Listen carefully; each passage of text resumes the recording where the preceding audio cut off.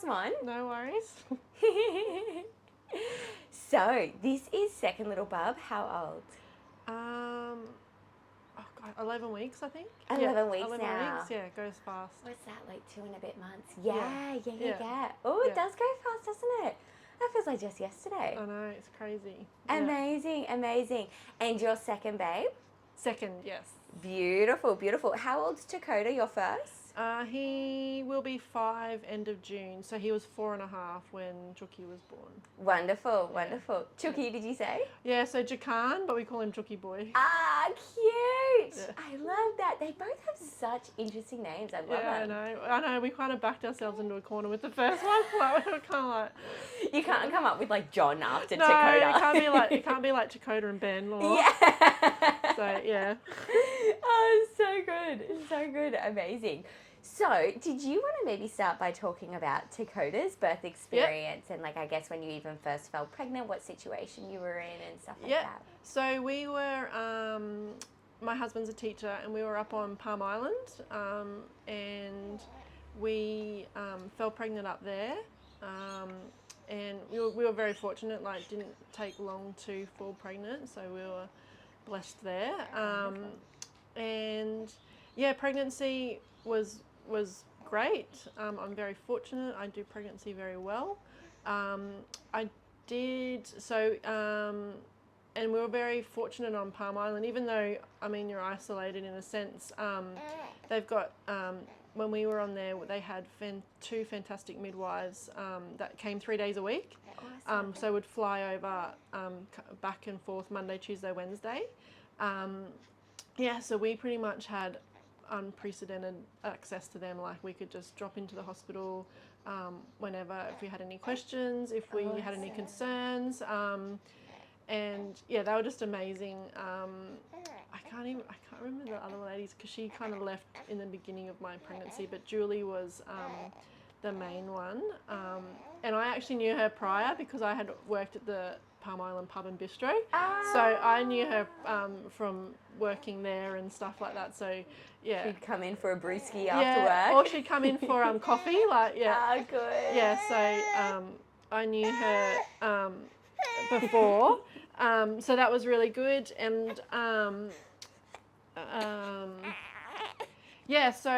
we were. Sorry, keep going. No, we were very fortunate having beautiful midwife on the island. Amazing. Everything was going well. Didn't have any concerns. Again, I had gestational diabetes, but only just. So I was able to diet control very easily. Awesome. So that was really good. Being an island, they do have a hospital, but it's very small, so you don't give birth on the island. So at 38 weeks, all going well, you go off the island and they put you up in accommodation to birth in Townsville. I'm surprised they leave it to 38 weeks, really. Well, I guess if there's anything questionable, they'll do before, but it is actually sometimes quite difficult for for the local mothers to leave because like there's supports on the island and all that sort of stuff. So I think they leave it to 38 just to give as much time as possible. I mean, births do happen on the island, and actually the day that I was getting my dating scan, there was a lady birthing. Oh my god. So yeah, Julie was running around. She's like, "I'm so sorry, Mon, I can't be in there with you," because I was like, "Mate, you just do what you want to do." Like, 38 weeks. Went over to Townsville. I was fortunate. I had family, and I've got a cousin in Townsville. So even though I had accommodation booked the first week, I stayed with her. Awesome. And then Patrick came out on the weekend. And so we had the weekend, and then he flew back to Palm. So I was on the 39 weeks. He flew back, and my sister had actually just moved back from London, and so she came up to spend that time with me. So that was really lovely. So I got to hang out with my sister, who I hadn't really spent a lot of time with for like years. Like she'd been overseas since for close to 20 years. Yeah. So yes, that was amazing. And she's got 2 kids. So yeah, that was amazing. We got to spend some time together. Awesome. And because I was due to be induced on my due date, which was the 40 weeks, the 24th of June. Yeah. Yeah, so I had a great week leading up, just doing all those last minute things. Mum and Dad arrived, and then Patrick flew out on the Friday to for the weekend. So we had the weekend together as a family, and then Sunday afternoon went to the hospital for inducement, and up there they did the hormonal tape. Yeah. Which I know you're like, oh, I've never. Unfamiliar with. Yeah, it sounds very strange. Yeah, so at 6 o'clock they inserted the tape, and then I went back to maternity. Patrick was with me, just showered, got ready for bed basically, because I said, oh look, nothing will really happen overnight, so just rest.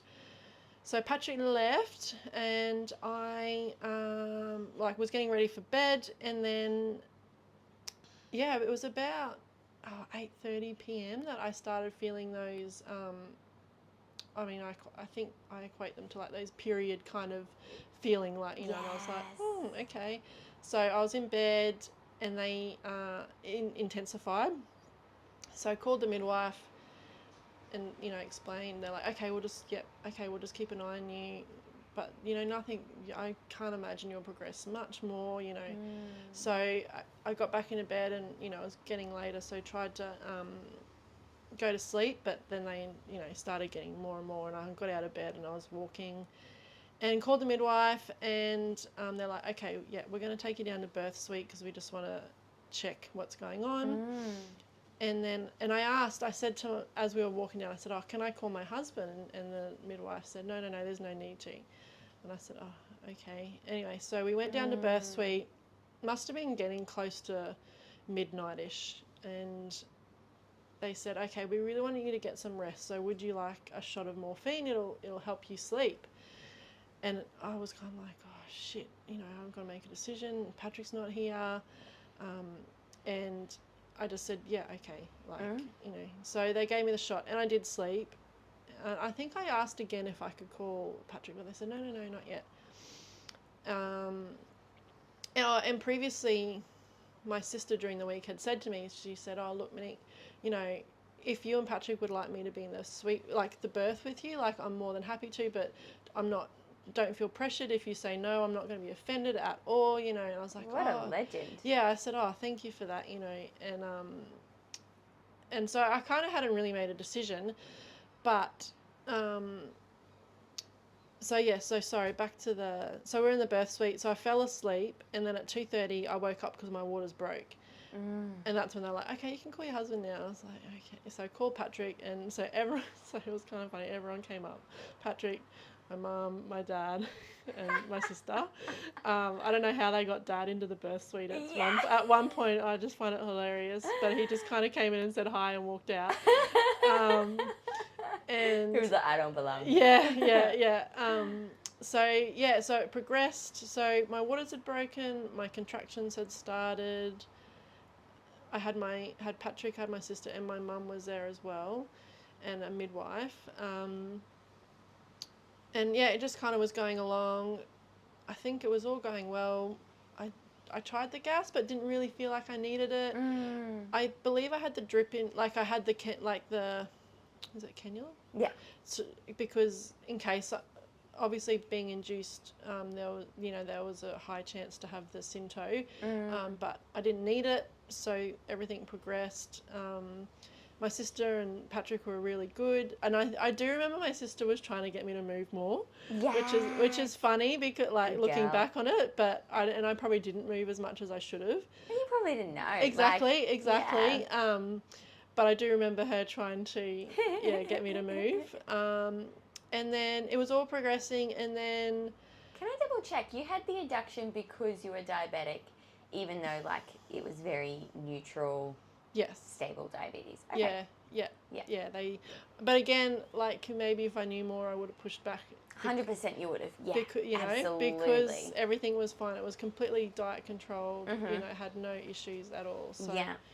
And essentially, a controlled gestational diabetic is at just as the same risk as a completely non-diabetic woman. Yeah. So then it was progressing, and then internals. They were doing I can't remember how many, but it was definitely more than, I don't know. And they're the thing, as you know, like, were horrible. It was just like they're the things that's one of the things I remember most. Being one of the worst experiences. I want to clarify that an internal is a vaginal exam for people at home. So that's how I must have ended up on the bed on my back. And I do remember they did try to put me I did go over the back, but I didn't feel right. And so they did an internal, and she's like, "Yep, you're good. You're ready. You can push." And I remember my sister saying to me, "Only push if you're ready." This woman, what a good lady to have in your corner. Yeah, but again, I just did what I was told by the midwife, because totally fair. And she was I remember her being young, and I know not that equates to everything, but I don't think she was as So then, I was on my back, and then that's when things went south. So I remember the contractions stopped, and that's when they're like, okay, it looks like he's gone to sleep, like he's fine, like there's no issue with his heartbeat, like he's happy, but we want to get things moving again. And that's when they gave me the drip. And I don't know if the obstetrician was in by then, or he came in not soon after, if not then, telling me to push. We had to get him out, so they tried the vacuum. They tried it once, and that didn't work. And that's when they got the forceps. So, on my back, feet in the stirrups. I had my sister on one side, my husband Patrick on the other. And my mum was still in the room, but I think by that point she was a bit like, and especially when she saw the forceps, she wasn't, even though, like, she's a nurse, but I guess when it's your daughter. Oh, wow. And so and I just remember thinking, just, like, it just got to the point where I was just like, I think I was thinking it, and then I yelled, I was just like, just get him out. Yeah. And they did.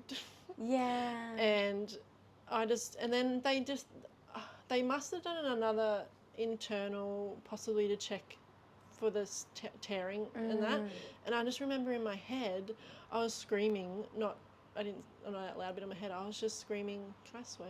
Yeah. Oh, stop fucking touching me. Yes. Because, yes. And because I hadn't had any pain relief. So I tried a little bit of gas, but I didn't feel I needed it.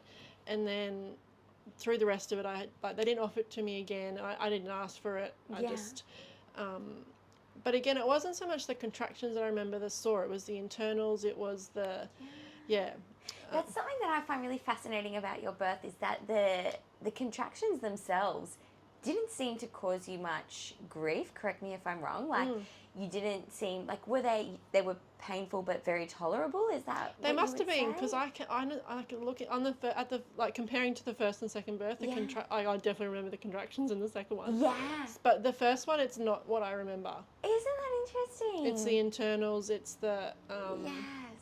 I mean, to be honest, it's the internals that I remember the most. Wow. Yeah. Before, during, and after. But it's so invalidated how invasive and intrusive they actually are. I think for a lot of midwives, they don't really put like 2 and 2 together sometimes. No. That it's like, do I really, really, really need to do this internal right now? Yeah. Yeah. Yeah. And I can't even remember the sensation of tearing, like that. That doesn't, like, the act of it happening doesn't ring, like, doesn't. I don't remember that. So he was out. And he was fine, and they said to me, like, oh, often when there's intervention, the babies don't cry, but that's okay. But he did. So as soon as Dakota came out, he was happy and fine. And I can't remember if they gave me an opportunity to feed and do skin to skin. So I can't remember that. So maybe it didn't happen, but it might have, and it might have been quick. But I was taken down to theatre because I had a 3A tear. And it was 10:30. So he was born at 10:30 in the morning. And so we went down to theatre, and it was just such a surreal. Like, I remember being in the room with the anaesthetists, and they were really nice, and it almost felt like a scene in the Scrubs. Because I was just talking to them about Palm Island, and like they were joking, and it was like, I just think it, because I used to love Scrubs, this show, and it kind of felt a bit like that. So then so you got two choices. You can have a spinal or a general. Yeah. But I decided on the spinal because it meant that I could go back to everyone quicker. I think that's a great idea, and you're not feeling as groggy for that 12 hours after you got this brand new baby. So I had the spinal, went in. I mean, it's all relatively quick. I think I probably had a bit of a nap, and then I was in recovery, and that's when it really hit me. Like, that's when I got teary in recovery, and that's just when the mental emotional, I don't know what you call it, guilt questioning started. Like, that's when it started. What could I have done differently? Why did it happen? What did I do wrong? About what particularly? Just the whole intervention. Yeah. And with me, I'm very much I'm not a researcher, so going into birth, I just was like, your body knows what to do. Like, I'm relatively healthy. Like, I'm pretty fit. It'll be okay. Yeah. And Julie, like our midwife, is amazing. And very old school. So has seen so many things working on Palm Island, and experienced loads. So she didn't have any concerns for me. But then it's I should have researched, I should have done this, I should have done that, which to be honest didn't stop for 12 or so months after. So I went back to the room, and Patrick was there, my sister, my family was there, which was really, I was really glad for Patrick that my family were there with him, because it must be daunting being thrown the baby, and you're the mum's gone, totally. So it is really hard for the dads in that phase. So I went back to the room, and that's just when the pain, just from the tear and the stitches, just phenomenal pain. Oh god. First night was okay. The baby's pretty sleepy and stuff, so they don't need you much, and then the next morning, bless, Patrick called. He's like, "Oh, I'm just coming in. Do you just want to wheel the baby down, and and I was like, "And what, we'll go for a coffee or something?" No, it was like, "Just meet me down there and we'll walk back together." And I was like, "Patrick, I haven't even gone up to go to the toilet. I'm waiting for you to get here." He's like, "Oh, okay, bless." So anyway, he just got no idea sometimes. So he came into the room, and I my catheter must have been taken out by that point. So he got me up to go to the toilet, and I went to the toilet, and then I actually fainted when I got off, and so he was like, "Oh shit," and because I'd also lost blood during the birth. I think about a litre, they said. I didn't need an infusion or anything, or transfusion or anything, but that was obviously part of it. So we were in the hospital so he was born Monday, and we left on Wednesday. The second night I was in so much pain, throbbing.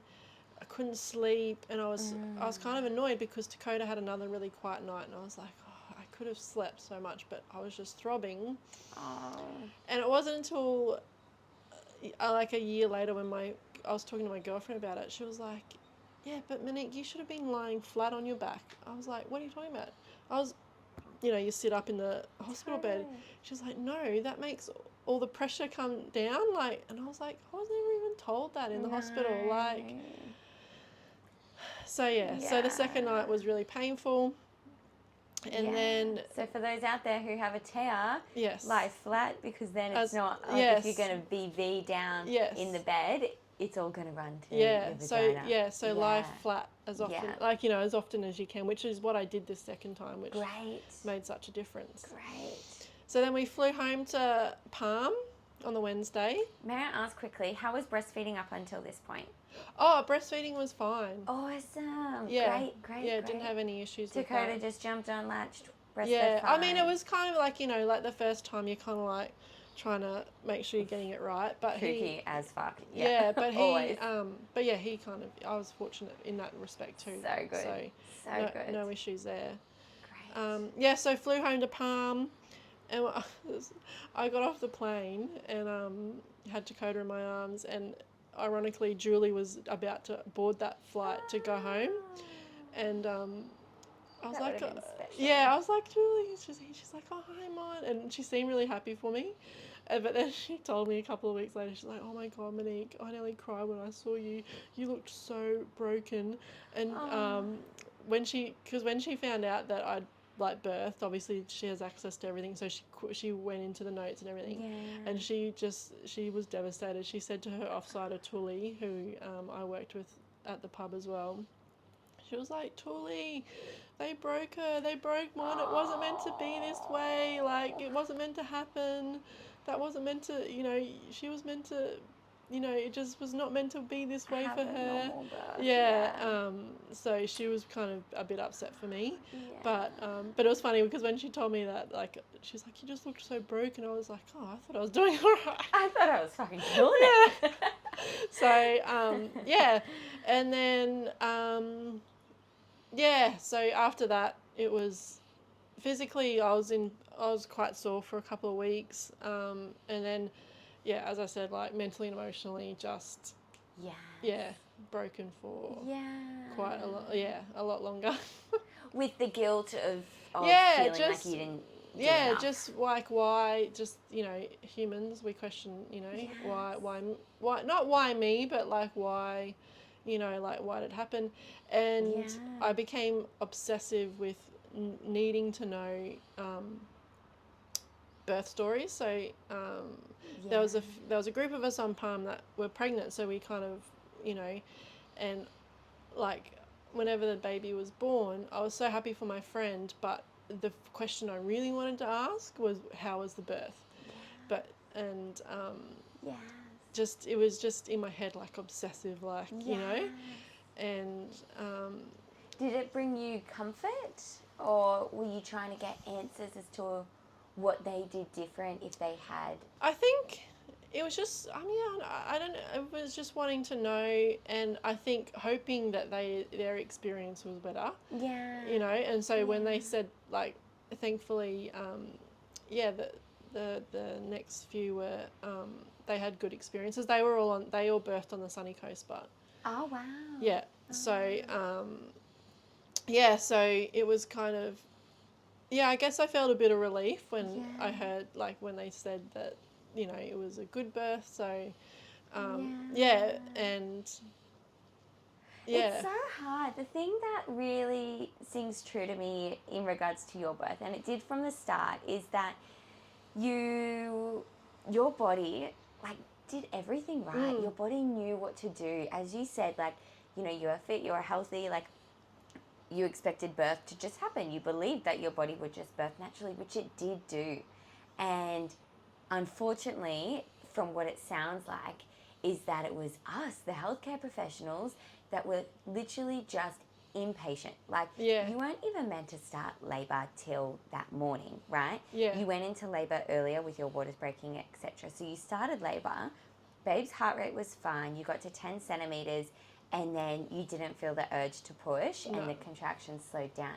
That's like, and I know we talked about this in the workshop, that's such a normal thing to happen in labour, is like the body gives time for that natural descent of babies and you to kind of catch your breath a bit before the intensity of the pushing phase, if your body even feels like pushing. Like, I've had so many women where they don't push once and then all of a sudden their vagina's opening with a baby coming out. Like, that can happen too. And it's so, yeah, like shit to hear this, like, epic questioning of yourself and what you did when it was like you did nothing fucking wrong. It was literally our impatience. Baby's heart rate was fine. Yeah. There was no indication that we had to rush anything. Yeah, because that's what they kept saying, like, he's fine, you know, like, yeah. So, like, what's, like, with the, we got to get him out, like, vacuum forceps, like, yeah, just let it chill. Let it happen. And even with the drip, why do we have to make these contractions right now? Like, I understand we can't just wait forever, but, like, why do we have to make them happen right now? Like, give it a couple hours. They're happy. Yeah. I just want to reiterate that. Like, I know you've done so much healing, and I feel like it's been very much a process of this pregnancy, which has been really nice to be a part of. Like, so much healing from that experience. But yeah, I just want to again reiterate, like, there was nothing else you could have done. Yeah, because like when I did tell you the story and you were like, oh, it just sounds like that sounds amazing, and then it just sounds like that pause was just a natural, like, you know. Yeah. It was like, oh, anyway. Kicking the fucking guts out. Yeah, but you know, like, yeah, so. Yeah. But so then so that, you know, we went along, and it wasn't until we moved back down here, and Dakota was about 15 months, and we had moved into our new place. So I think, like it'd been a crazy, like, since leaving Palm, we'd moved lots of times, like, you know, other things had happened, and we moved to the place we're in now, and like, I think we were just able to breathe, and my lower back just Slip disc? Well, not slip disc, but I couldn't move, I couldn't bend. Like, I've always had a weak lower back. I've always, you know, had issues every now and then. Well, not every now and then, but it was just like I couldn't pick Dakota up, like, and I was just like, Patrick, this is really bad. And so I went to a lady who uses bio discs. I don't know if you've ever heard these, like, little stickers, and so I went to her, and she did what she did, which helped a little bit. And then I enrolled in Pilates. Awesome. Yeah, a lady, she was on Oceanic Drive then, and I messaged her and I said, this is the story. She's like, oh, awesome. She's like, well, I think we should do a couple of privates because you've never done Pilates before. I was like, yeah, cool. So I went there, and we had our first session, and she was just like, you're low, like, I couldn't even do child's pose, like, and she was like, what is going on here? She's like, it's almost like your back is fused. Wow. Like, and she's like, I can't even do what I was planning to do with you because your back is, and so we just worked through that. And at one point she said to me, look, I'm no expert in this, you know, department, but I feel that this is also probably an emotional thing as well. Wow. Because she said women, that's where we hold a lot of our, you know, trauma and stuff. And I had told her, you know, a bit more about the birth. And she said, like, I just feel like, you know, and I was like, okay. And another girlfriend of mine had, back in New Zealand, had gone and seen a cranial sacral therapist. Yes, I've heard good things about that. Yeah, and raved about her. So I Googled that because her birth had been very similar to mine. Yeah, well, she was first, I was second. And so I Googled, and I found a lady at Mount Coolum. So I booked into her, and the first session, I just basically cried the whole session. Just, told her what happened, you know. And so I ended up having 2 sessions because then COVID hit. But even just with those 2 sessions was a massive release. Like, I think it was the emotional release that I needed to Incredible. kind of to move forward from the experience. Correct me if I'm wrong, cranial sacral therapy, it's kind of like they tap different bits of your body. Yeah, so it's a bit like, it's a kind of a combination of like Reiki, not so much massage, but like, you know, because it was my lower back, she would, you know, she put her hand under my lower back and Sorry. Interesting. Yes, and it just, I think it's to do with energy and that sort of stuff. Yeah. So I had 2 sessions with her, and after that, just the emotional and mental side of it was very different. Like, I didn't have those obsessive feelings, and like with births, like other people's, like almost like instantly, I didn't have that That's incredible. obsessive want to know how everyone, you know, Yes. yeah, which for me was a great release. Yes. So yeah, so What about the back pain? Did that go after that? it started, like, it released. It was still months before, like, like, you know, I was even back to, because I started boxing again, and that was in June. So my back started in September, and then in June I started boxing again, and even the coach was like, "Have you hurt your back, Mon?" Like, I was like, "Oh no, this is good. Like, this is an improvement to what it was." Just, you know. Yes. Yeah, so it was just a lot of. Yeah. I mean, to be honest, boxing probably wasn't the best thing. Yeah. For Boxing's pretty hard on the old but body, isn't it? but again, COVID hit and stuff. I think that's when. No, it wasn't COVID. Oh gosh, I can't remember what it was. Yeah. I can't remember, but I ended up putting the pin in boxing. Yeah. But yeah, and my back just improved and over time. Good. So yeah. That's really interesting. Everyone has such a different journey with their postpartum recovery, but that's really cool. Like, I think it's important to trial, like, cranial sacral therapy. That's really interesting that that was, like, so helpful for releasing that emotion. Like, yeah. Because sometimes at the end of the day, you can do all the research, you can kind of think about the birth, okay, learn from it, but at the end of the day, you've got to let go somehow. Yeah, you got to accept that. At the end of the day, it's what happened, and yeah, you just kind of got to learn from it and not move on, but move forward.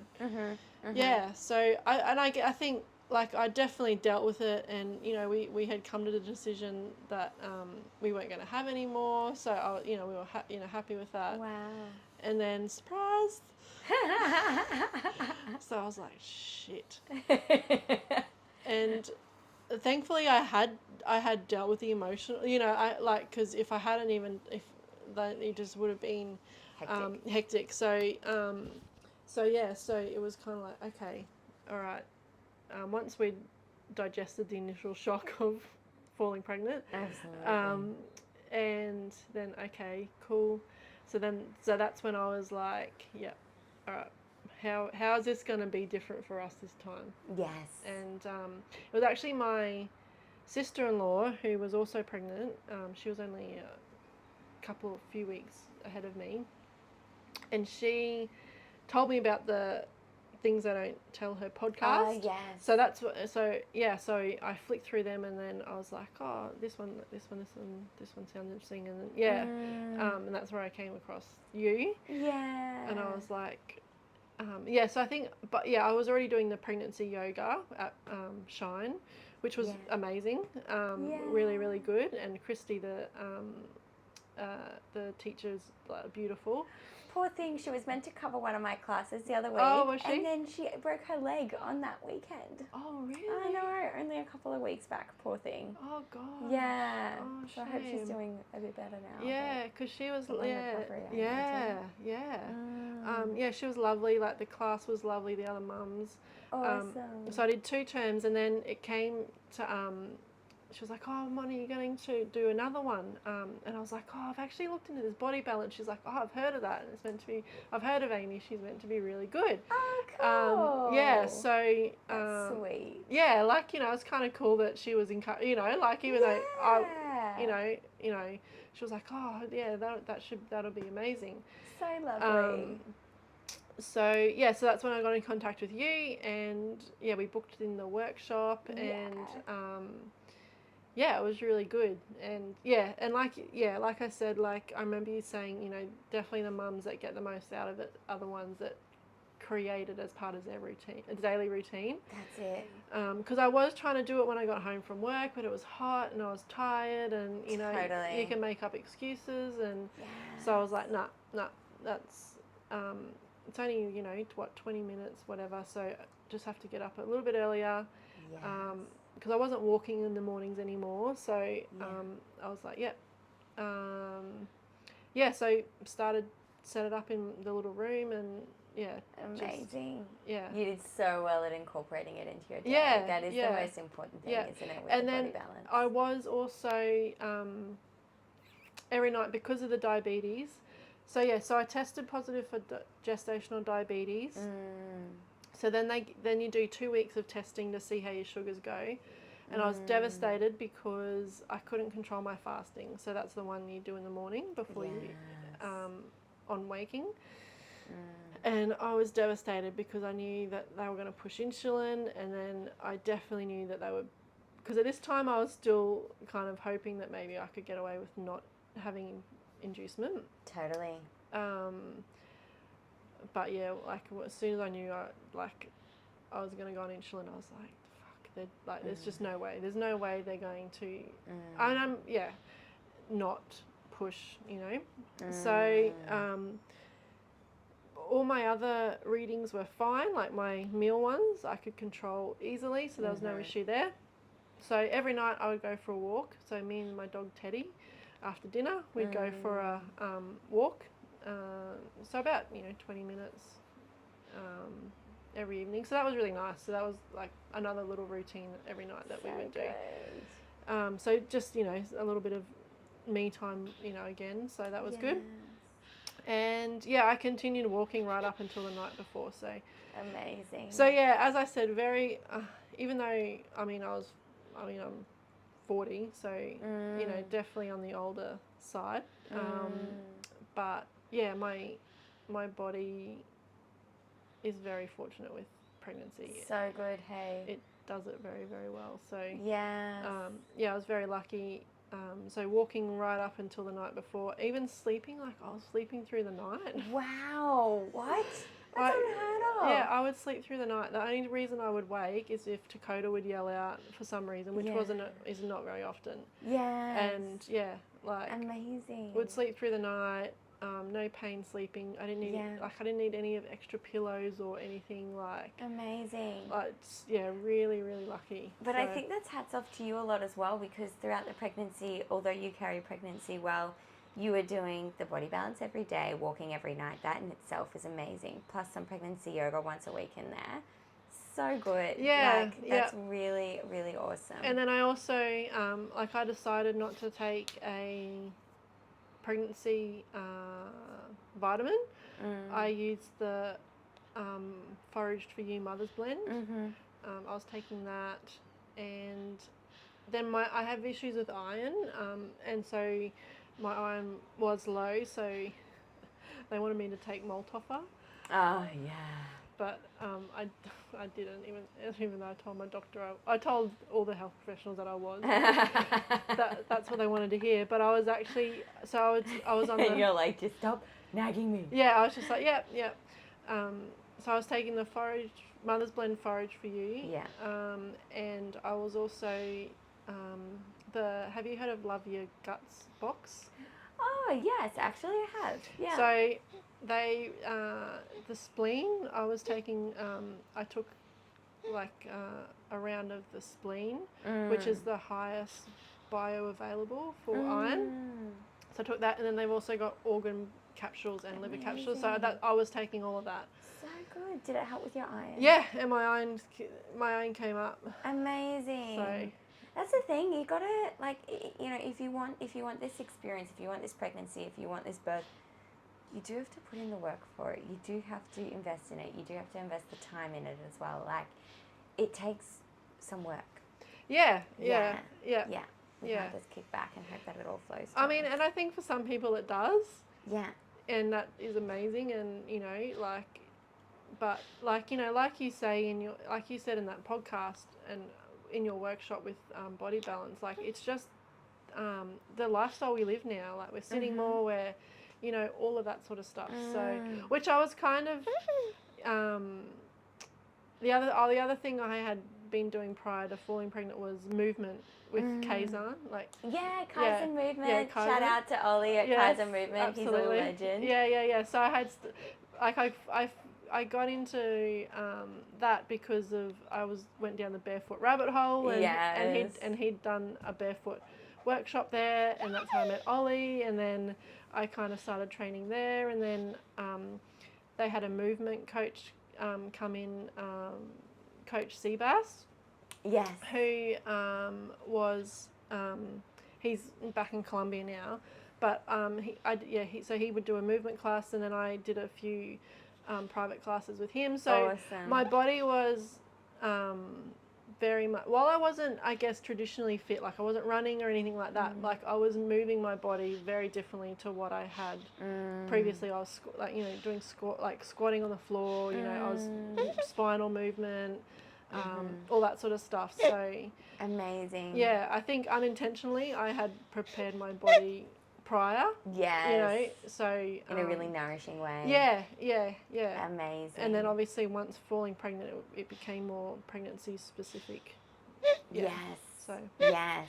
Yeah. So to clarify with this first pregnancy with peeps at home, this second pregnancy, we had the insulin dependent diabetes, which was tricky with the fasting. And then we also had the advanced maternal age, they would call it, at 40. And then what was it? There was a third thing I thought. What was in my head as the third thing? Essentially, it was very much looking like you were going to have an induction for a few different reasons. Yes. And you were very much having to, throughout the whole pregnancy, particularly the last 5 weeks or so, discern risk versus benefit. What's the risk of an induction versus the risk of keeping on going with the AMA and the diabetes going on? And it was such a tricky balancing game, especially because it was ever changing, right, with the scans, etc. and the weights and So we can't once I was gestational diabetic, I pretty much knew the chance of not being inducted were very low. I just knew, and yes, I know there's people out there, you can always decline and just, wait, but, again, you have to weigh up the risks and the pressure that puts on you as well, from the system, because I was going through the system, so we decided, so on our due date, that's when we'll do the induction.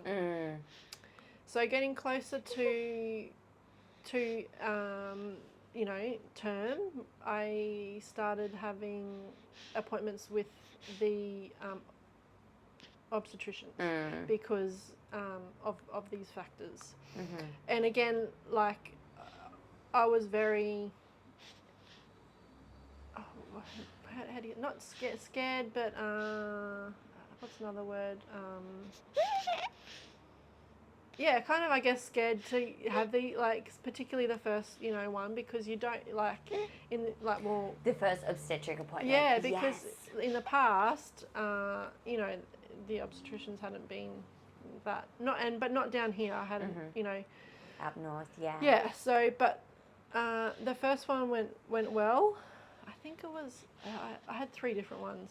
I think it was Beck that was your first one. Was it Beck or was it Julie? Oh, I'm not too sure. The one that you do yoga with. Beck. Yeah, yes. Yeah. And she was lovely and understanding. And at that point, I was still getting upset in these, talking about what had happened. And, I didn't feel that they, how do you say, fuzzed over it. They didn't dismiss it. That's it. Yes. She was very understanding and totally got where I was coming from, but she had to do her job as well and tell me the risks and stuff. So I think at that first appointment, we just discussed the options. At that point they were still wanting to do 39 weeks induction, but she said, I totally get, where you're coming from. So how about you go home, have a chat with your husband, we'll book another appointment, and then we can further discuss. I was like, that sounds great. So I left really, really happy. So made the next appointment, went home, Patrick and I discussed, and we still wanted to stick with 40 weeks. So we went back to the appointment, and it was a different obstetrician. And in my head, at first I was like, fuck, because, you don't know, but and I forget her name as well, but she was really lovely as well. Amazing. Really, she was like, that's fine, yep, we can stick with that 40, so we'll get that booked in for you now. Good. And she's like, Patrick's like, what's the one thing that would make you, and she's like, it would just be size. Like, obviously with with the gestational diabetes, there's a chance of him getting higher. At that point, he was 75th percentile. So she said that's, really good. She said, but if you want, you can get another sizing scan. And we're like, okay. So yes, we did. And we booked in for that. And he was tracking at 98%.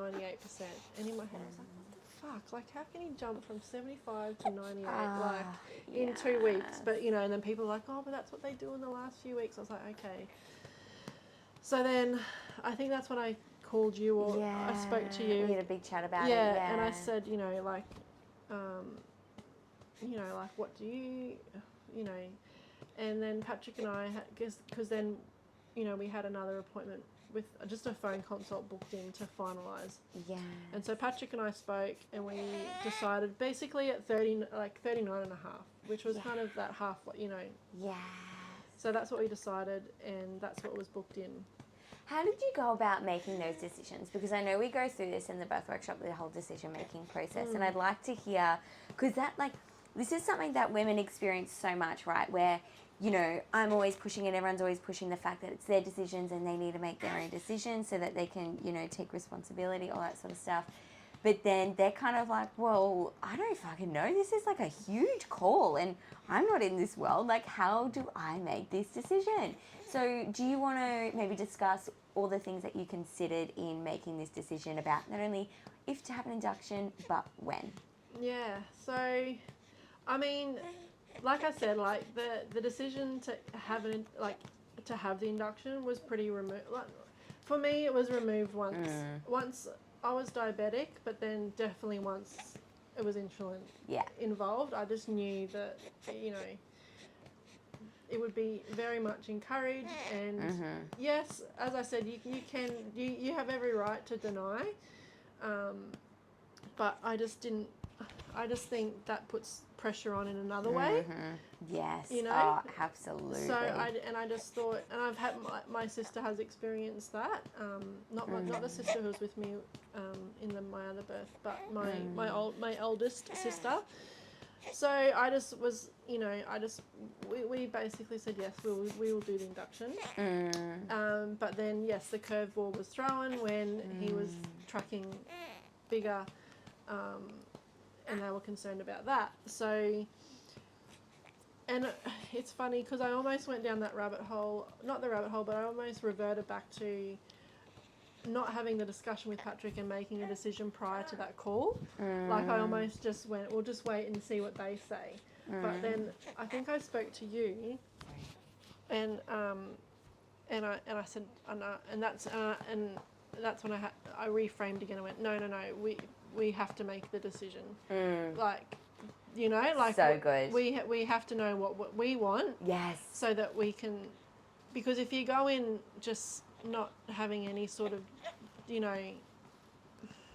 decision or, it just makes it harder in the end. Absolutely. So because that is that is what I can revert to. Oh, we'll just wait and see. Yes. We'll just see what they say. But I just knew that, So Patrick and I had the discussion, and we just I can't remember why I think it was just basically it was halfway. It was that halfway point between 39 and actually it also came down to a bit of because we've got another child working, and we don't my mum was staying with us. She was down from Yeppoon, but we don't have a lot. We don't have family on the coast, so we kind of had to make decisions so we knew what was going to happen with Dakota as well. So that was part of it for us. Totally. So I think we just kind of we went, oh well, the halfway point, I'm sure that'll be reasonable. Yeah, and credit to them, as I said, the 3 obstetricians we spoke to in that period were all supportive. Amazing. Didn't bulldoze. Were yes, they say what they have to say because they've got to cover their ass. They've got to they've got protocols and stuff. But they were definitely I felt like they were easy to talk to and happy to work with you know, Mm-hmm. what, you know, work within what worked best for us to a point kind of thing, you know. Absolutely. Yeah. And something I'd love to mention here is the fact that, you know, if you go in completely blind, they will have no fuss in creating a plan for you, telling you how things are going to go down, and this is the way it's going to go down. However, which you guys did, you do your own research on the outside, you have your own conversations, and you very much know what do I value and how would I ideally like this to go. They very much respect and appreciate your perspective as well. Yeah. So I think it's really important to go in prepared and having had thought about it and discuss it. And I think the best way to come up with what you value and how you want things to go down is to actually vocally talk about it, because then you can kind of come up with a solution together. And I just think it is important to go in with that idea. Otherwise, you will just get told X, Y, Z. This is what's happening. Yeah, and I guess that was a big thing with the workshop we did with you, the active birth workshop. At the end, we sat down and did the birthing plan. Yes. And as soon as I went in for the induction, that was one of the first questions the midwife asked is, do you have a birthing preference? So good. And, you know, when they read it, she was like, yeah, that's totally reasonable. Epic. You know, there was one or two things she, probably the only thing she mentioned, like, just not fought back on, but just said, just with the fetal scalpel. Fetal scalp electrode. Yeah, she said if you're in the water, you know, there can be issues, because we didn't want that. There can be issues with the, and I said, that's totally fine. Like, and in the end, I didn't even go in the shower, so that wasn't even an issue. So Totally. yeah, Totally. So again, like, you know, that was the one thing that they thought could have been an issue, but they spoke to us before, and we you know, we kind of came up with you know, something we'd be happy with if that. But in the end, it was an issue because I didn't use the shower anyway. Absolutely. Absolutely. So, do you want to endeavour on the birth experience of Chook now? Yeah, so we... He's looking so cute right now, by the way. So Monday, I had the midwife appointment for a stretch and sweep. Yeah. So went in Monday morning. And that was something, again, you had discerned, like we were talking on the phone about it, where it was like, should I get it? Shouldn't I get it? What are the pros and cons of it? Do I want it? Especially with the history of you disliking the internals. Yeah. Is it going to cause more bad than good? It's a constant way up. Like, every single thing has its risks and its benefits. So really, like, okay, what's the risk and benefit of this one? What do I want to do based on those? Yeah. So I decided that we would do the stretch and sweep, and I mean it was unpleasant but bearable. Yeah. For me, and the midwife was like, she's like, this is what you are. And again, I've learned for myself, I was like, can you write that down, because I knew I wanted to tell you. Yeah. So she's like, you're 2 by 2 by 2. She's like, you're right on the border of whether you would actually need the balloon. And she did call the birth suite, but the midwife that she probably wanted to talk to wasn't there. So she's like, look, we'll just keep you coming in for the balloon. And I was like, okay, that's cool. Yep. And so that was Monday morning. So Tuesday afternoon, 3 o'clock was when we were to come in. So we came in, and they did the internal, and she was like, oh no, you don't even need the balloon. And she's like, oh, this is such a waste of time for you. I was like, oh look, it's fine. I said, for me it's best case scenario, like we've come in and we don't need it. So, and who knows if in those, like, that day or whatever it was, it might have just opened that extra half a centimetre. So I said, that's fine. She's like, oh, I'm sorry we wasted your time. I was like, no, it's all good, like, best case scenario for us. So she's like, yeah, all you got to do is call us in the morning. She said, oh, you know, call at 5:30 for 6 o'clock or for 7 or something. And we were like, oh, can we push it just a little bit just so we can drop Dakota to kindy? And she's like, oh yeah, that's fine. Yeah, cool. So went home. We just, mum, like as I said, my mum was staying with us, so that was so just kind of.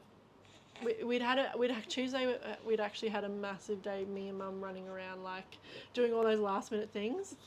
So we were actually all really tired, and Patrick was feeling really tired as well, because he'd been working heaps in the garden and it had been really hot. So, we were all feeling like, okay, like we really need to chill. Yeah. So we had dinner. Mum and I went for our walk. Because Mum was coming with me when she was down, so we went for a walk. Did the stairs at the beach a couple of times. So good. Came home, and just watched a bit of TV, chilled, bounced on the ball a bit, went to bed. Yeah, basically, even with knowing what was happening the next day, I still slept really well. So many women would be jealous. Yeah, of that. I know. I'm so, as I said, like I'm well aware of how fortunate I am. Like I really do appreciate, I'm very, very lucky. So then called up the next morning and they were like, it was actually a friend of mine who lives around the corner, and we knew each other from the kids being in daycare.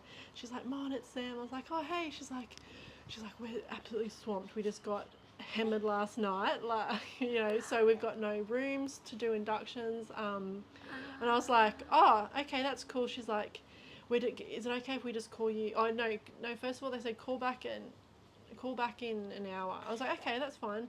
I'm so sorry. I was like, oh, it's not your fault. It is what it is.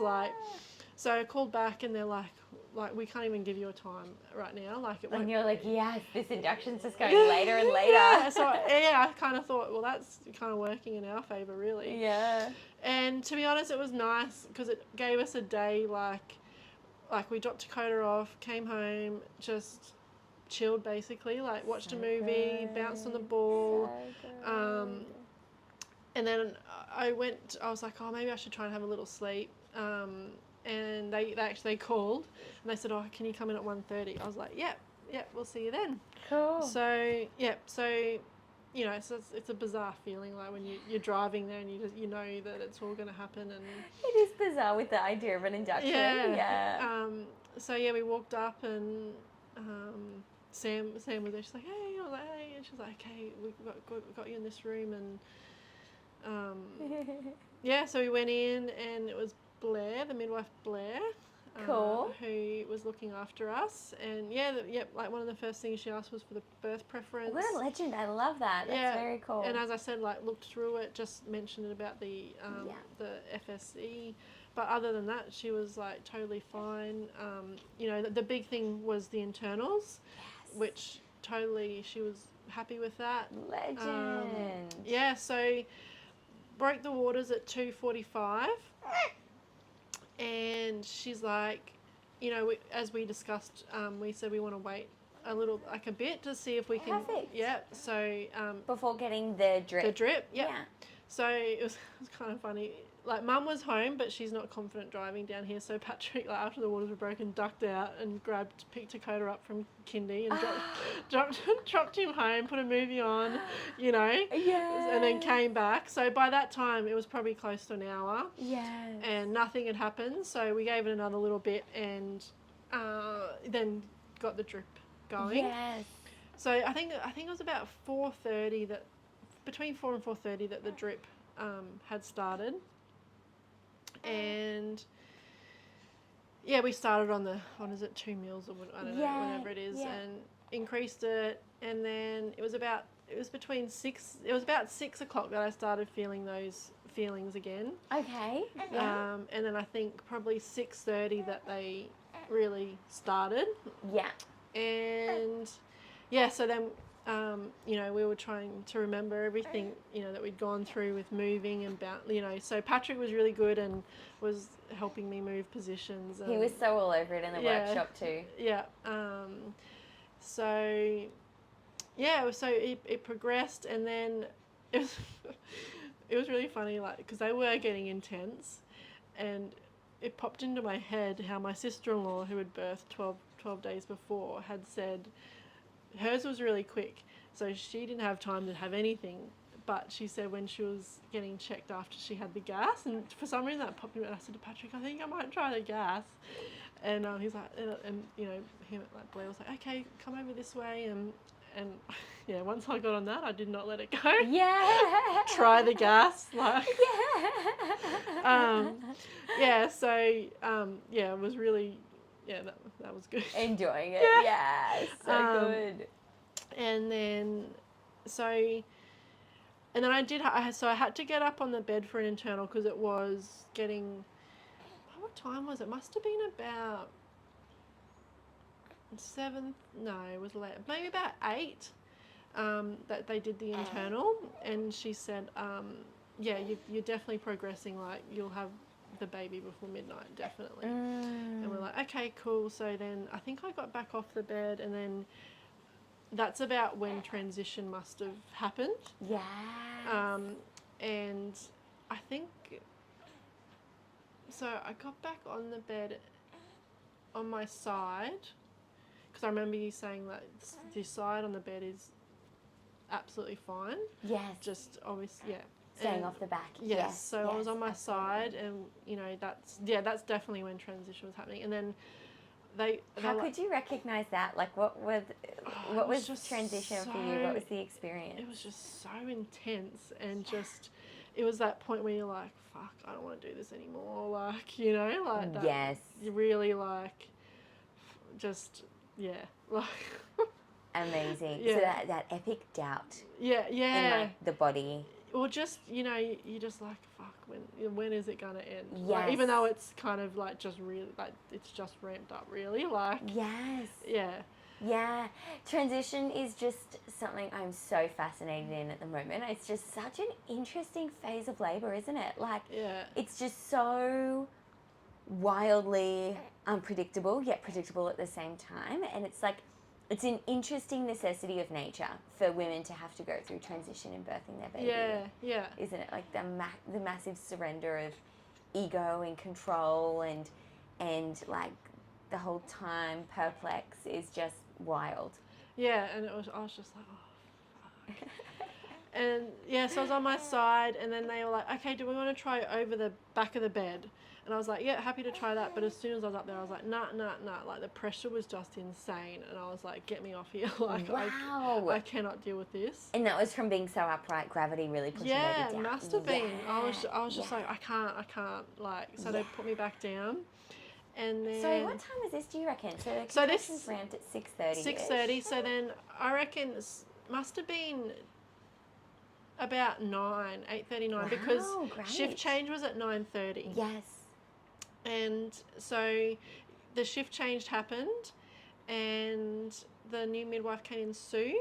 And she was really amazing. Oh, I mean, both of them were. I'm so happy were about really that. really good. And so I was back on my side, and they were like, so it was really happening, and I think I still had the gas, but they're like, okay, yep, he's just here. So now, Monique, we're going to have to take the gas off you so you can really listen to us, because we just need you to breathe him out. You know, we don't want you to put, you know, and like they had the heat packs, because obviously they knew my history of tearing, and they, you know, they really wanted to prevent that. Yeah, prevent another. So they were like, so you just got to listen. So it wasn't directive. It was just, you know, they were just like, you just need to breathe him out. You know, you just need to.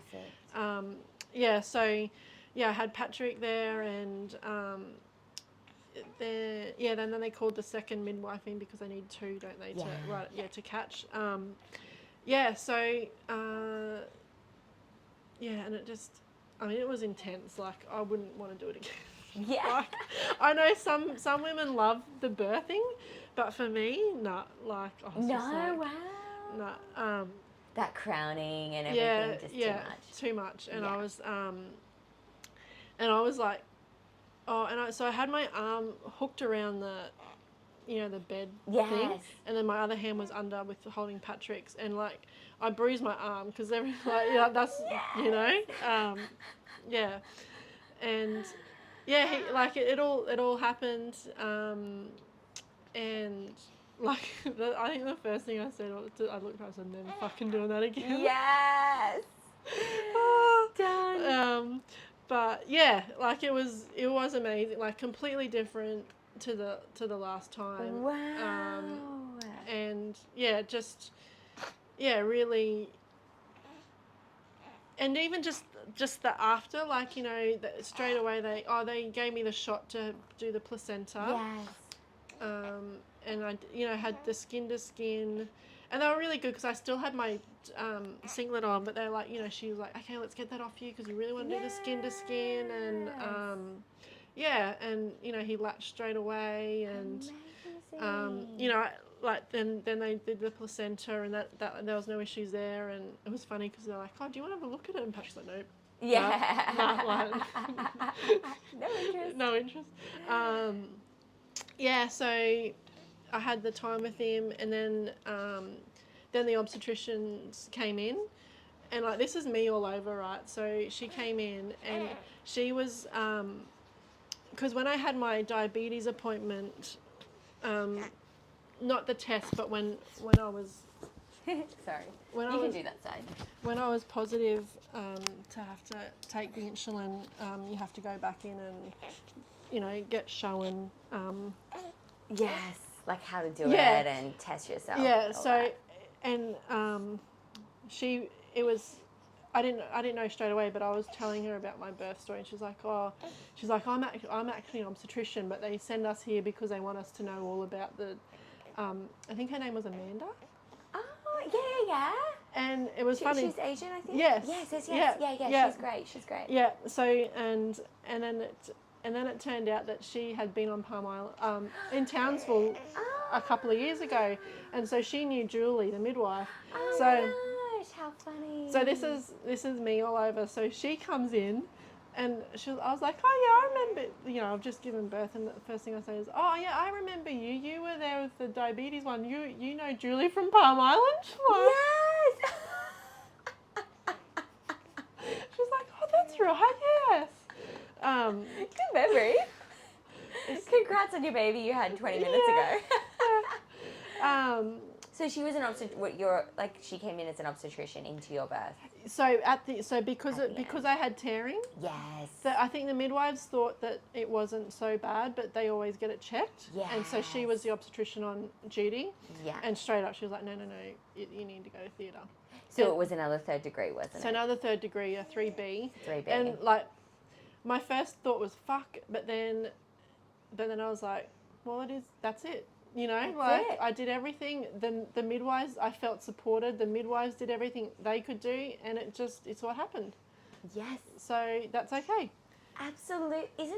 How is that contrast when it's like, same thing happened last time, same thing happened this time, but the contrast to being like, I did everything I could, and my team around me really did everything they could, and it's what had to happen.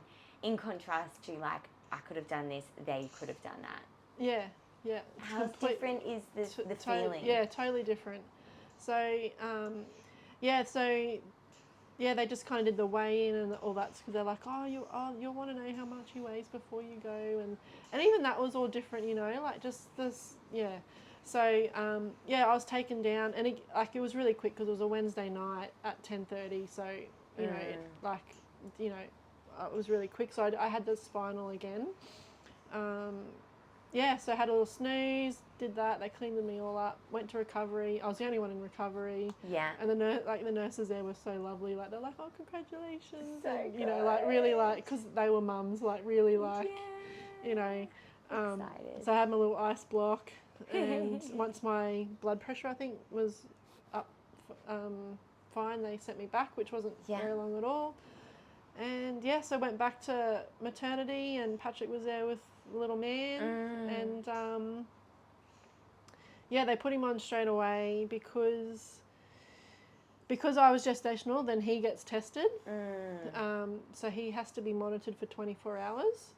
So the midwife on duty, I forget her name, but again, she was lovely and she was beautiful. She's like, you must be starving. So she went and got me like 2 pieces of Vegemite toast and a cup of tea, and I just woofed it down like it was the best tea and like it was the fanciest meal ever. And Patrick didn't end up staying. He ended up going, which was that was fine with Dakota. Yeah, because even though Mum was home,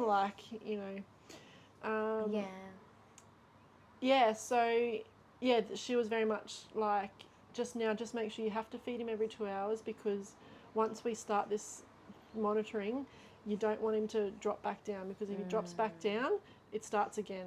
So, you know, and thankfully he was like latched really good and was really good. So, yeah, so we were in there regardless. He had to be in there for we had to be in there for 24 hours to monitor him. But obviously with the tear, I had a catheter in, and then I have to see the physio and that sort of stuff. So, yeah, he 10:30 Wednesday night, and then we were home Friday lunchtime, just after lunch. Amazing. Can I rewind to the birth? So you said you had on your birth preference checklist about the vaginal exam. Oh, yes. What was the preference and what ended up happening with that? Yeah, so my preference was, so we spoke about this, so minimal. Yes. And you said to make sure that no, like before shift change, just to wait. Yes. And the other big one you said was if it's a young midwife and she wants to do one and then has to be checked again, decline, say no. Yeah. But I was really fortunate. Blair was very understanding when she read the preference. Awesome. And I only had one. Awesome, the whole time. And was that one you said just like when you were kind of going through the transition? Is that right? Just before then, and and that's when she said, you know, like you'll be having the baby before midnight. Yes. And yeah, like I don't even remember it being as you know, like it's not even on my radar kind of thing. And I wonder if that's as well in addition, like, you know, if you've got someone who's supporting you, who you're trusting, you know, even though it was a short amount of time that you only knew Blair, but she was there for you, she was listening to you, she was hearing you and understanding you. You know, her fingers going in your vagina isn't going to be as triggering and like ick feeling as someone who's just kind of like rolling through the punches, not really caring, not really listening to you, just doing all these internals. Like, that's going to give you a really ick, like, just internal cringe feeling. Yeah. So I only end up having to have the one. Amazing. And even so that's right. So when they came in, when the obstetrician came in to check the tearing, like they said, she's like, okay, so this is what we're going to do, and they're like, oh, you might want to have you can have the gas, and I was like, okay, so I did, and I just thought, like, holy shit, this gas is strong. Like, you don't realise it when you're having, like, when you're doing contractions because you're in so much pain. But, like, I was like, whoa, like, this stuff is, like... So good. Yeah, that was at the tear, you said, so when they were checking, they said, you know, have the gas because it is uncomfortable. Perfect. Amazing. So... birth went well, you had the tear, but it felt completely different this time because you felt that, you know, you and everyone else around you did everything that they could do. How was that? And Babes was on the blood sugar monitoring, which is something that doesn't get spoken about often, but it is actually super common and can be quite overwhelming for mamas when they're having to experience that. So essentially that's a little heel prick every 3 to 6 hours where we test Bubby's blood to see the sugar levels, making sure that it's high enough, right? Yes. And it has to be 24 hours of good sugars. Did he have any lows? Nah, he was good. He just kept increasing, Amazing. That's great. And breastfeeding was so fine, obviously. Yeah. So good. Amazing. Yeah. How's the recovery been and the postnatal experience and in comparison to last time? Yeah, totally different. Yeah, as I said, like this time I knew about lying flat, so I did that as much as possible. And it was funny because the physio even commented on it when she came in. I said yes, because I said last time I wasn't told that and I was in so much pain. Yes. She was like, oh, that's terrible, but it's great that you know this time around. Yes. So that was good. And, you know, just spoke through like what to go through, with like what to look out for, what to do and that I would have the physio in 6 weeks, like the physio check at the hospital. So, so went through all of that, went home and, I mean, it was painful, but nothing compared to what I remember last time. Just, you know, it was probably 48 hours, like where it was, you know, really quite painful, and like I took painkillers a little bit. Like I am fortunate my pain threshold is on the higher. Like I can, so I didn't feel like I needed them a lot. But just, and even Patrick commented, and I said to Patrick, I said it just feels so different, and I said I don't know if it's like, is it the two? Is it my theory is two things. One, because it's the second time round, so your body's I don't know, been through it. I don't know. But I said to Patrick, I said, I think just that like emotional feeling, you know, and that mental thing. Like I just like last time I just remembered, like it was like I was just felt shell shocked for weeks after. Like just like what the fuck had just happened, you know? Like yes. So like I think just that I don't know. That emotional attachment like with that pain. And confusion and guilt and all of that stuff. So just totally different. Like emotional feelings hugely impact physical pain. 100%. Like that's the whole like chronic pain world and all that sort of stuff, where, you know, often people with these chronic pain conditions, the physical issue is healed and it's repaired. However, the pain is still there, and that's very much like a mental kind of approach to it, almost like a traumatic response to it. That's because the trauma attached to that. Yes. I 100% back that. I hugely think that's what's really changed these two experiences for you. And the other thing was, a couple of the other things I did post-healing was I did yoni steaming. Yes, tell us about that. Yeah, so it's something, you know what Instagram's like, you know. Totally. So, actually, no, I learnt about yoni steaming on another podcast.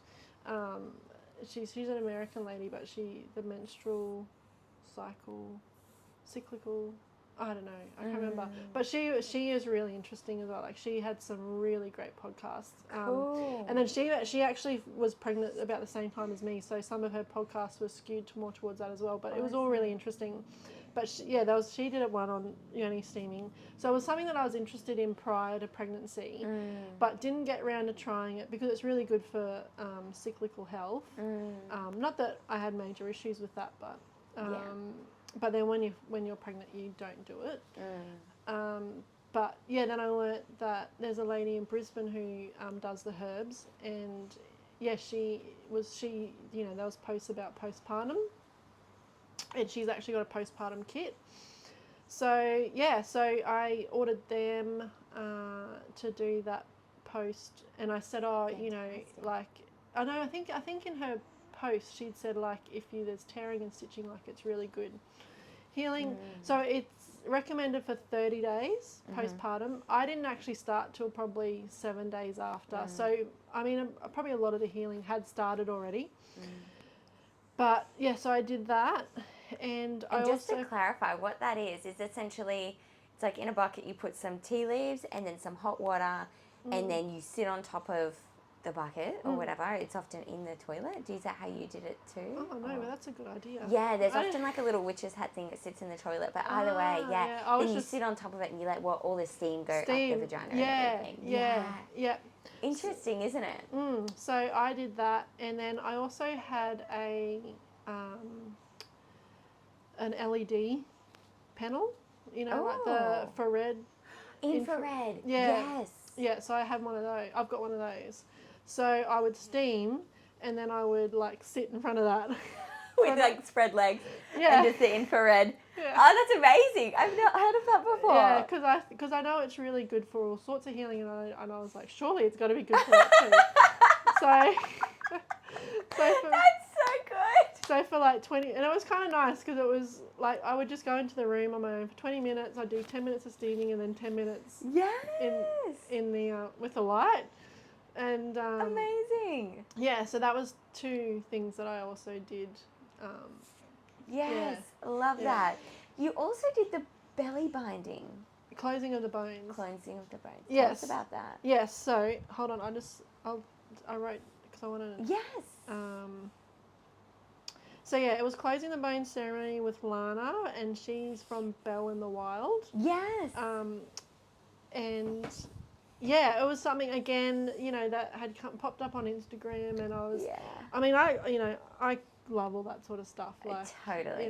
yeah. So I was like, Just like the nourishment, the yeah, like pamper. and I just thought like that's probably something that would have been very beneficial after my first birth. Yeah, so I didn't even really contact her till after, and I just said, oh, I'm really interested in this. Like, I think I was about 4 weeks postpartum or something. And she's like, yeah, that's a perfect time. So yeah, I was able to book it in, and she comes to your house, and I was like, oh, what if like Bubs, wakes up? She's like, that's totally fine. We can just incorporate him in the ceremony, But he slept through the whole thing. So Legend. yeah, she came, Good boy, Chook. and yeah, like it's an ancient ceremony that has been used for in tribes and stuff like that, and it's just about closing that chapter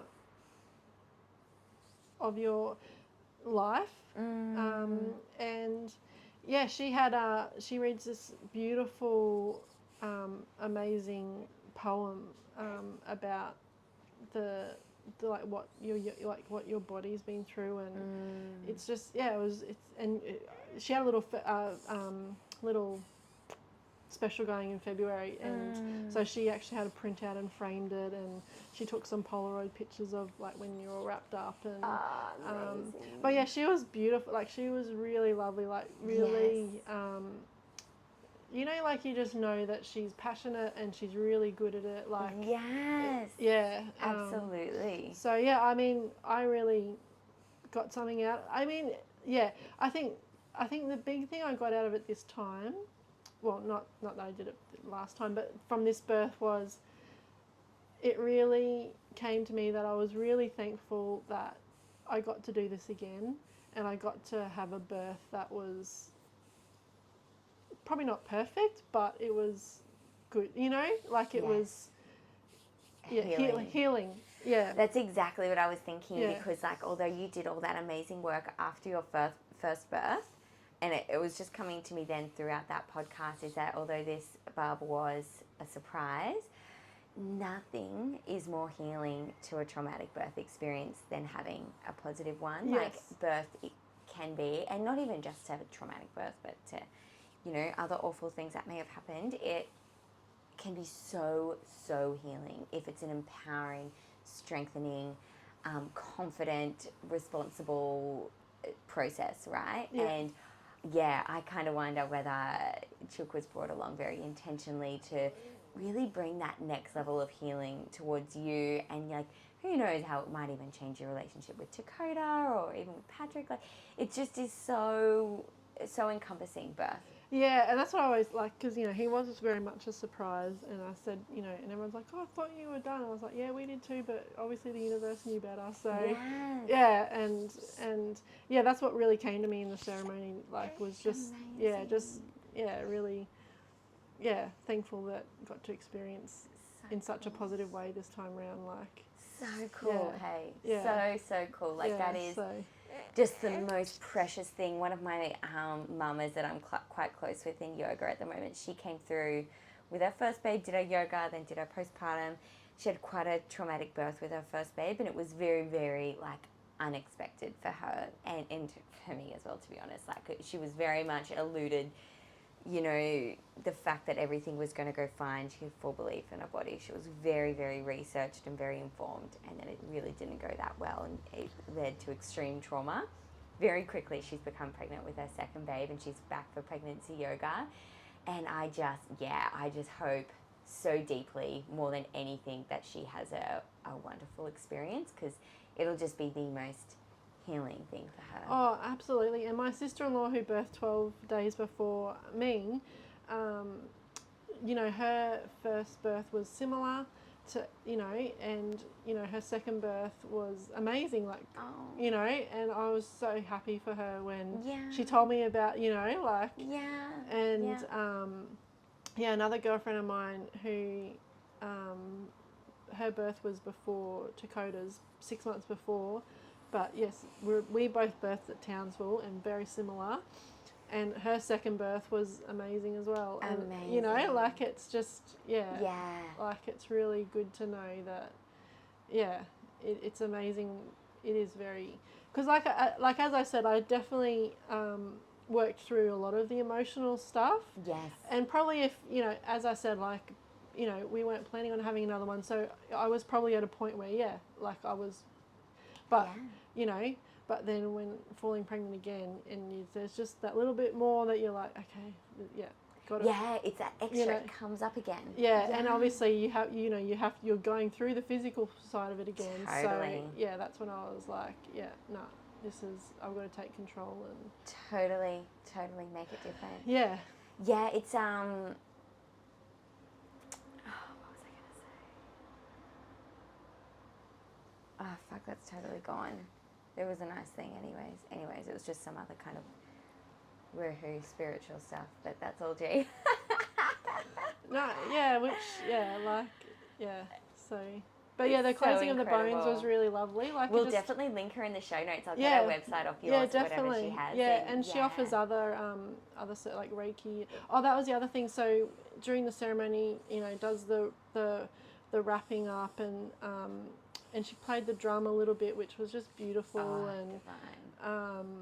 And then she does a Reiki, and she doesn't say anything much about the Reiki, but afterwards she's like, look, you know, I never say I'm gonna get much from it, because, you know, I don't want the person to expecting for me to be out, like, to say a whole heap after, but she's like, I got quite a lot from you.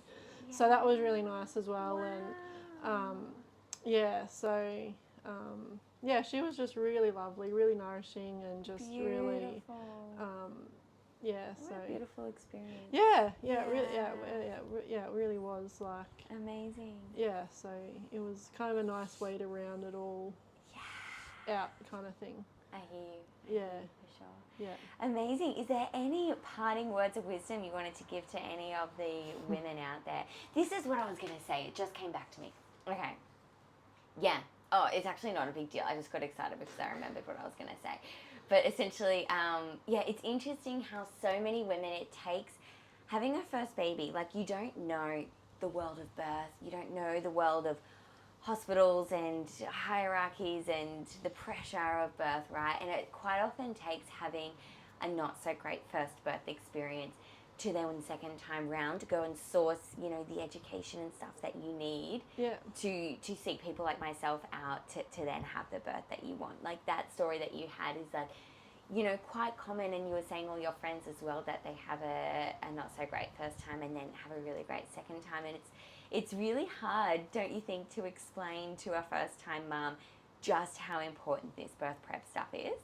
Yeah, like, because you just got no idea, and yeah, you just believe your body's going to do what it does, like, you know, like, and that the birth professionals know and exactly you think, how to help like, your body animals have babies all the, you know, like, you know, but I mean, I've had a couple of friends who've had fantastic births, like first and second, and like, and it's funny, like, they don't understand where we're coming from, but they're still so supportive. Yes. You know, and it's funny because everyone, like, I'm not, you know, I was never shy of telling my experience, but like, my friends and family all were, like, really supportive about all the stuff that I was doing, to, you know, have the, you know, have an optimal kind of birth. So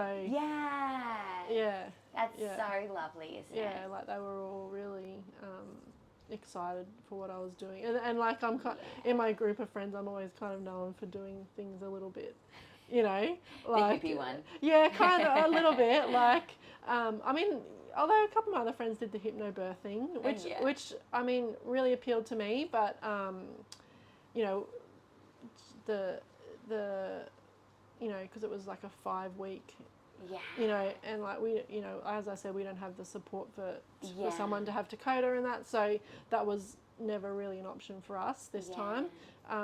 But in saying that, I think you were probably the perfect fit anyway, because of the induction, and because, and that's what I was saying to, like, everyone, you know, whenever I would say, like, Amy's amazing, because she believes in a holistic side of it, but she's still in the system, so she knows what goes on in the system. Yeah. So you're getting like a complete picture of what, and you know, especially for us, like induction was always going to happen. Yeah. So you know. Yeah. Because realistically, like at the end of the day, majority of us are birthing in the hospital system, and we do have to know how to navigate. Just as such an advocate, we have to know how to navigate it. We have to know. Yeah.